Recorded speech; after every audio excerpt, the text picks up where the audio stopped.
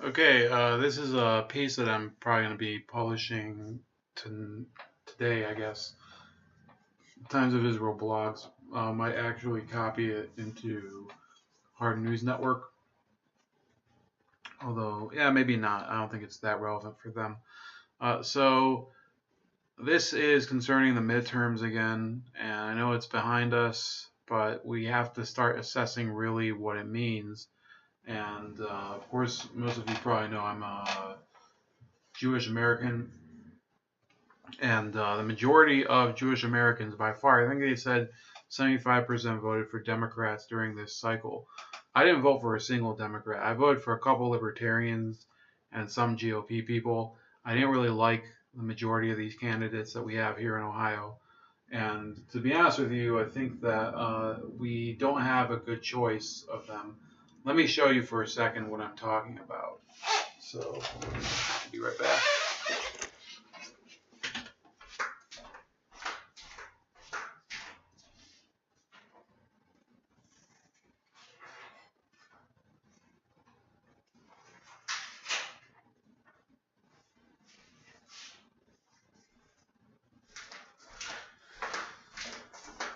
So, so yeah, I might have to cut that out. But this is my uh, representative, Marcia Fudge, and she says that her thing on her mailer was a promise to keep. But what's on the other side? Nothing. Nothing. It's there's the postage side, and then there's the promise to keep. Promise to keep for what? She's never done anything significant in Congress. I think she's been in Congress for going on 12 years now, possibly even longer. She's been head of the Congressional Black Caucus at least once. She's never really done anything of significance in the House. She's basically just a placeholder for the Democratic Party. So I voted for her opponent, who was, I guess she tried pretty hard, but wasn't very compelling. And yeah, she was a bad candidate, but she's gonna be elected. And then you had these guys, Mike DeWine and Richard Kadri, for governor, and I ended up grudgingly voting for DeWine because he simply isn't. He isn't a bad politician. There just isn't as much. There isn't much to get from him. It just happens to be that Richard Cordry was, essentially Elizabeth Warren's ambassador to Ohio. He was going to come in and impose a lot of regulations and very business phobic policies, if you can call it that. Richard Cordray would have been basically a disaster for the state. And in retrospect, I probably could have voted for the Libertarian without affecting the race. So yes, I'm going to admit that I did kind of screw my own cause of saying, well, the two parties, and this is the point of this entire piece. You have two parties that are actually working for their corporate donors. And for those of you that will say, well, if you're a libertarian, aren't you for corporations? Not really. I mean, are the corporations? If libertarianism is so pro-corporate, why are all of the Wall Street banks and all of the big oil industries and all these other progressive PACs like Planned Parenthood and Big Labor? Well, why aren't they voting for libertarians? Why aren't they contributing to libertarian causes? There's lawyers, for example. Lawyers all seem to vote for who? Democrats. You almost never see them voting for a libertarian or contributing to one. So I think that it would be good if the Libertarian Party had competent leadership, which it doesn't, and if more people would kind of endorse it, but they won't, and also that it would stop its bullshit open borders policy. Libertarianism is not, it's kind of there's a such thing as policies that really go well beyond the need of the people. So basically, this is talking a little more about the issues pertaining to Jewish support in the election, as you probably would assume.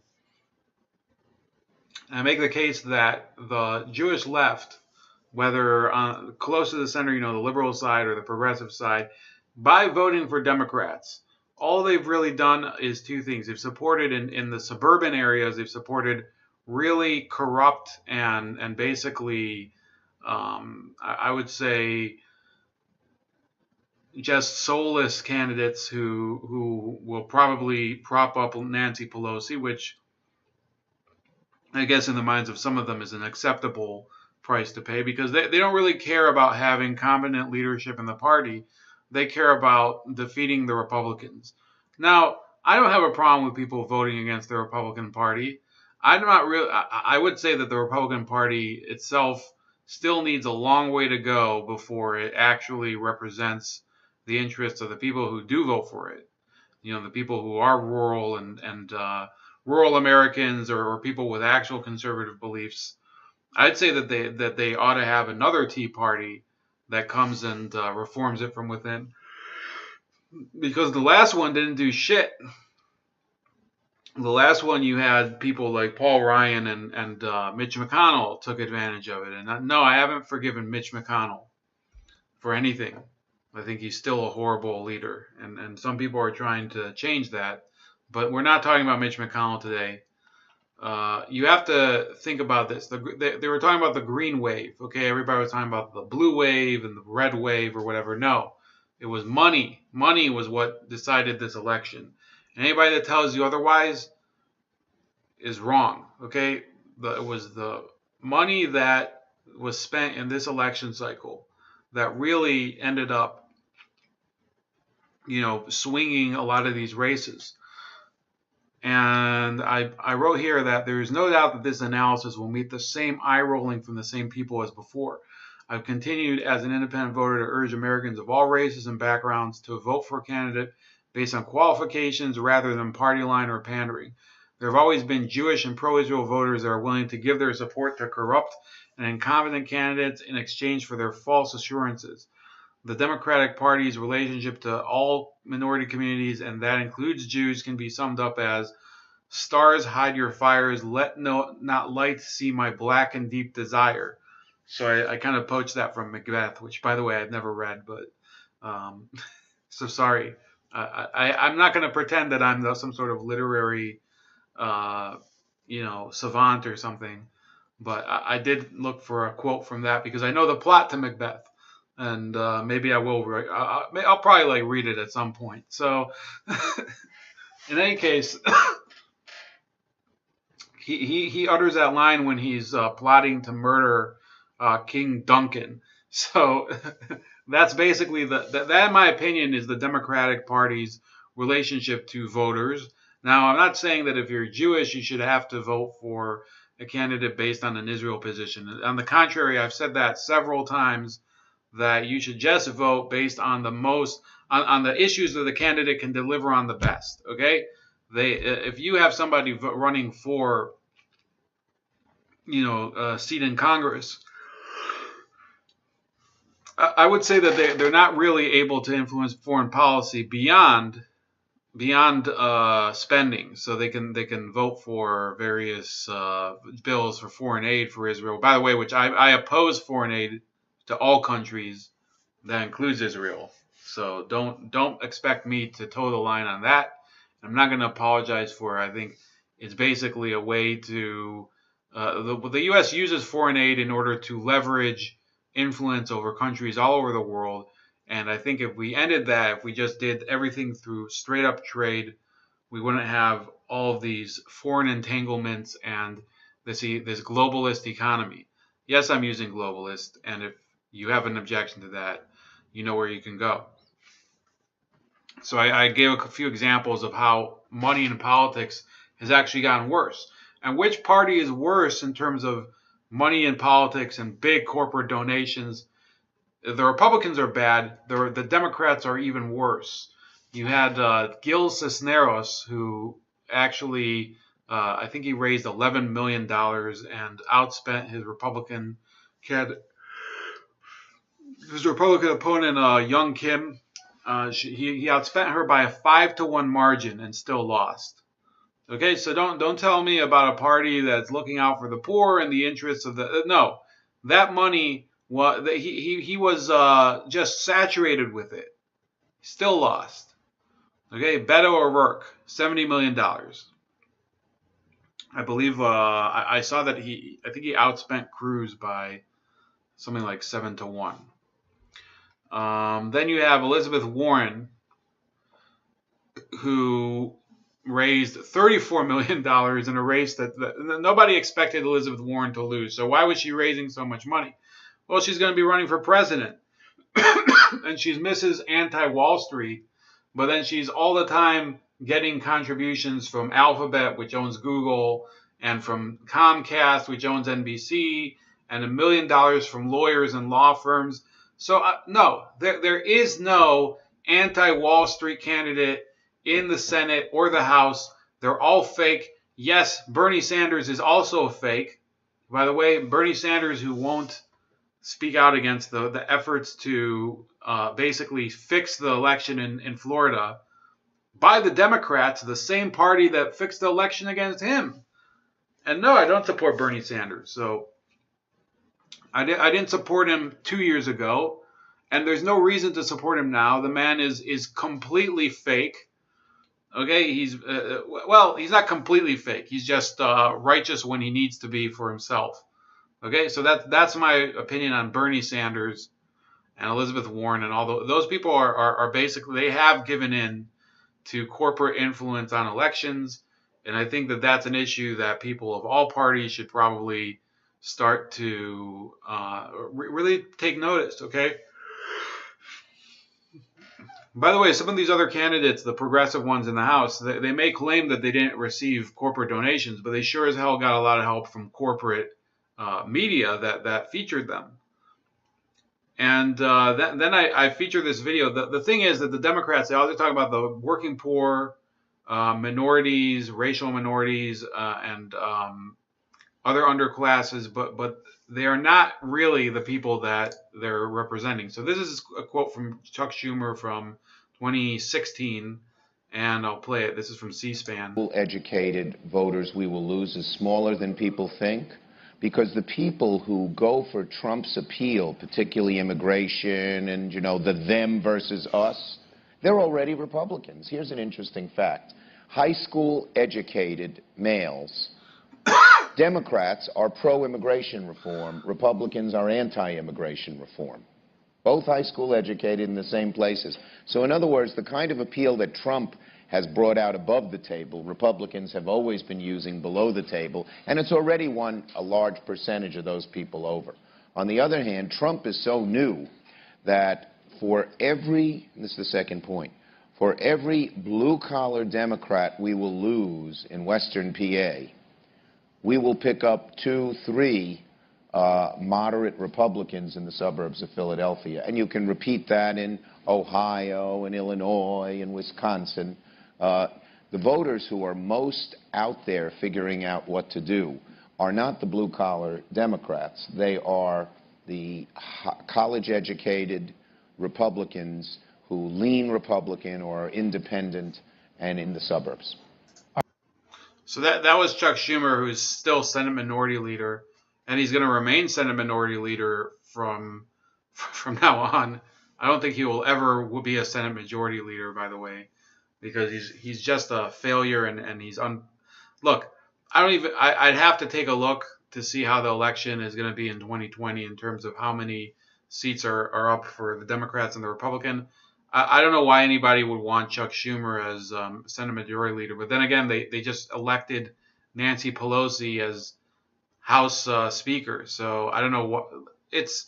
This guy basically just said blue collar voters aren't even they're not even worth it. I mean, the title says here, Chuck Schumer thinks blue collar Democrats are a waste of time. Well, it's true, and you can see that there's more and more blue collar Democrats, the ones who worked in the trades and everything for years and would vote for, you know, union Democrats. They're all switching to Republicans. You see especially in Indiana, which is next door to Ohio. It's right to the west of here.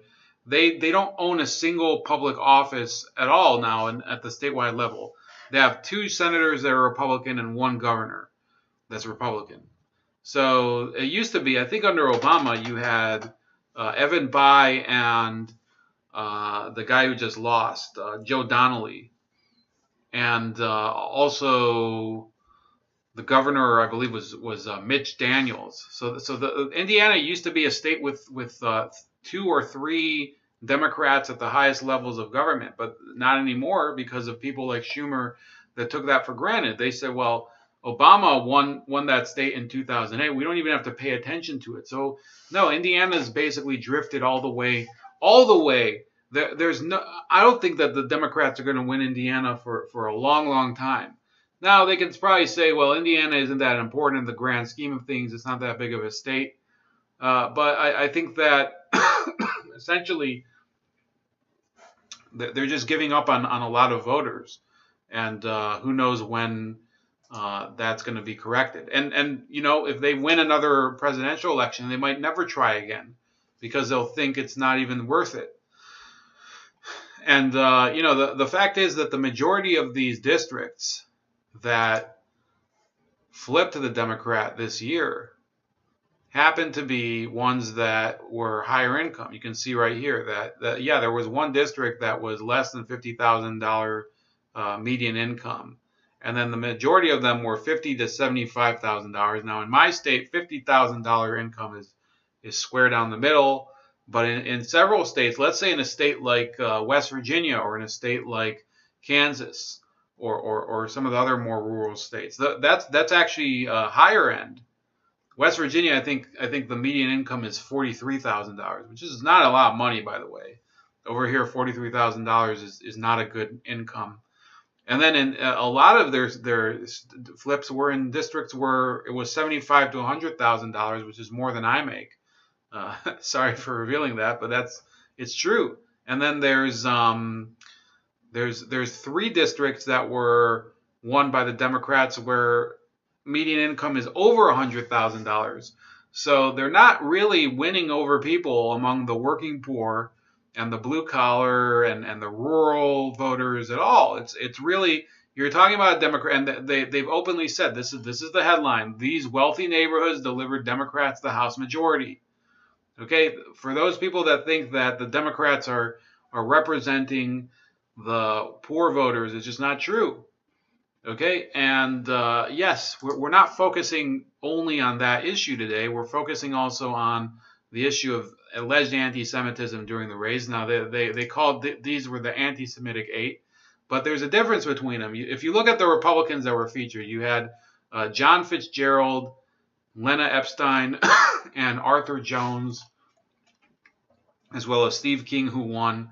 Now, Steve King did share, I believe, a meme from or some sort of article from Mark Collett, who is a white supremacist and avowed anti-Semite.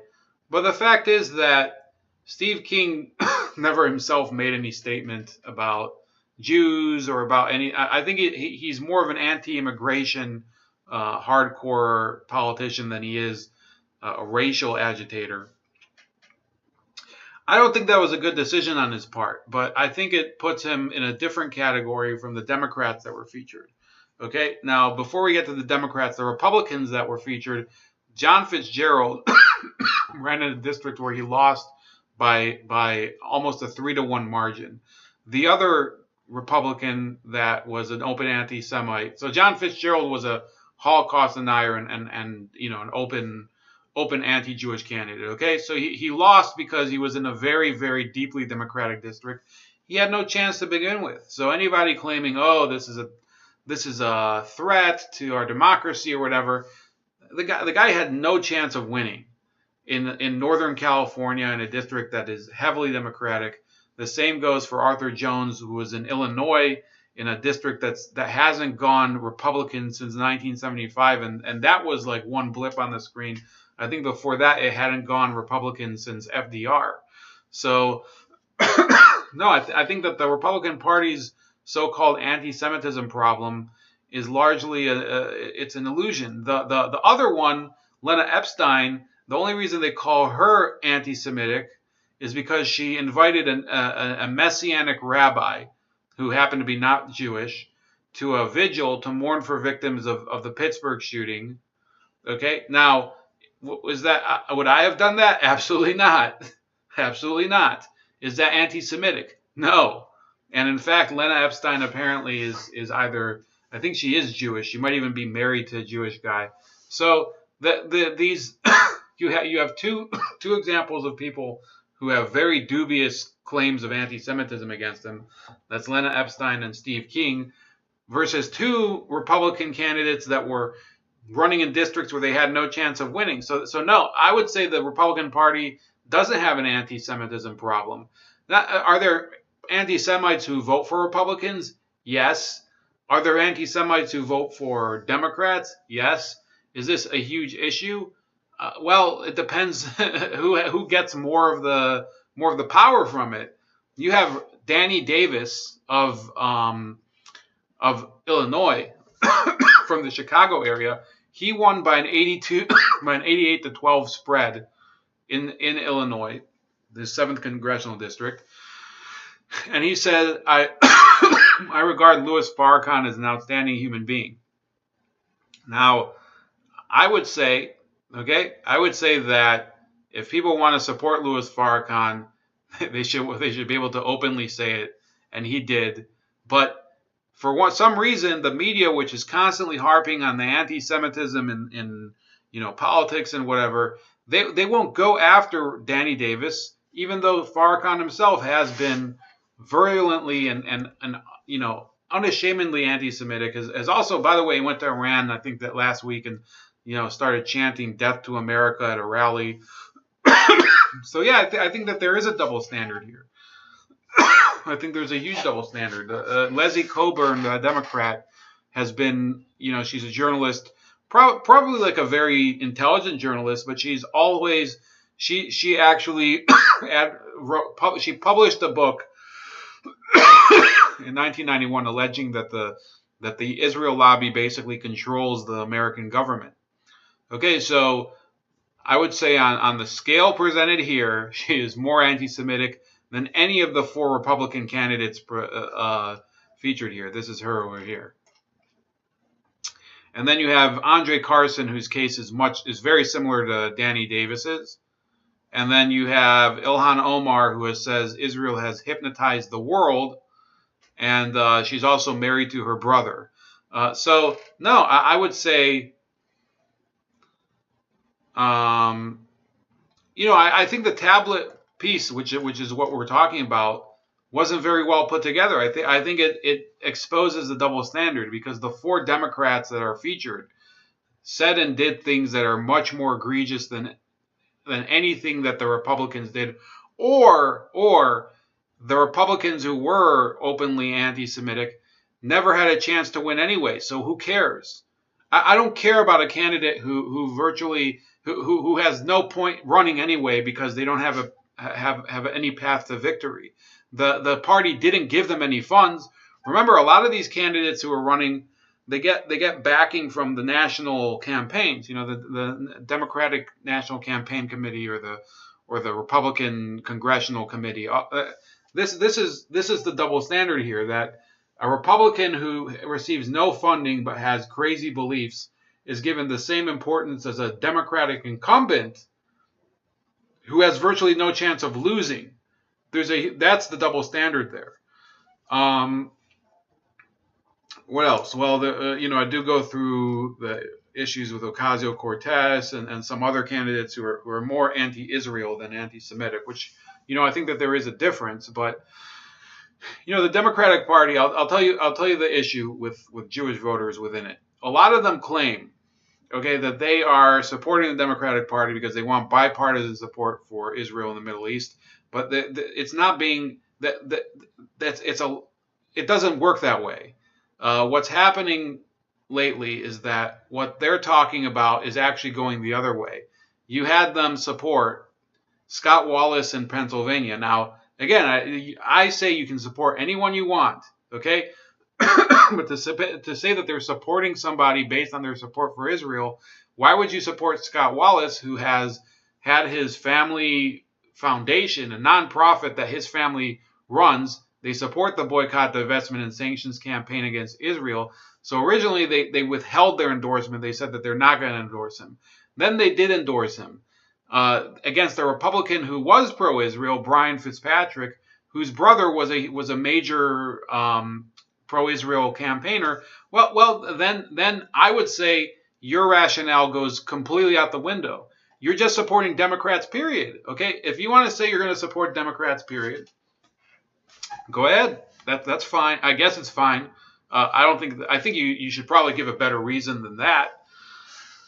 Then there was Rashida Tlaib, who had her endorsement withdrawn by J Street because she supports BDS, a one-state solution, and the right of return of Palestinian refugees to Israel. But the question is, why did they support her to begin with, since she always supported those causes and they did not? Okay, they don't claim to support the one-state solution or the right of return. I don't know about BDS, but J Street, which is a progressive Jewish organization that lobbies in Washington D.C., they all the time they claim that, well, we're actually advocating for progressive Zionism or whatever. Well, why do they endorse Tlaib in any case? It doesn't make any sense. Or Talib. I don't remember how her name's pronounced. A lot of people say Talib, but it's written differently. Then you have Betty McCollum, who condemned Israel for practicing apartheid at the U.S. Campaign for Palestinian Rights Conference. Now, the Jewish community in Minnesota didn't say anything against her. She received their Congressional Leadership Award. So, okay, I would say here that you have all these people who are running that have clear instances where they oppose Israel, or they actually go further, like McCollum does, and people pretend like this isn't even an issue. And McCollum is an incumbent. She's been in the party for years. She's been in Congress since 2001.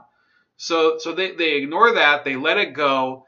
They're not actually fighting any of these phenomena within the party, these Jewish Democrats. If anything, they're losing the fight if they're fighting it at all.